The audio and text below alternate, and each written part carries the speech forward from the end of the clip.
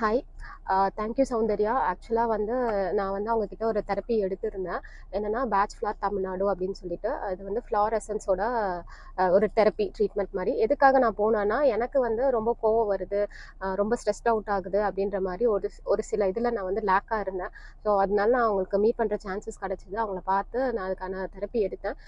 First ஸ்டார்டிங்கில் நானும் believe பண்ணல, இது எப்படி கொண்டு போகும் என்ன அப்படின்றது.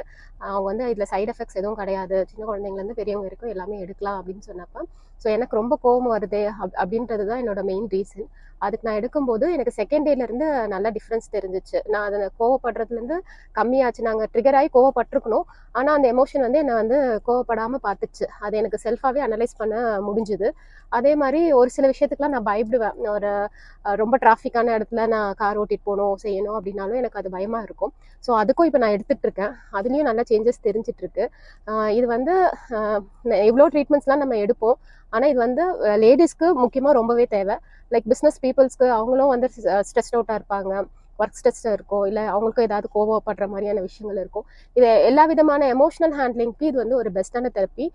தேங்க்யூ சௌந்தர்யா.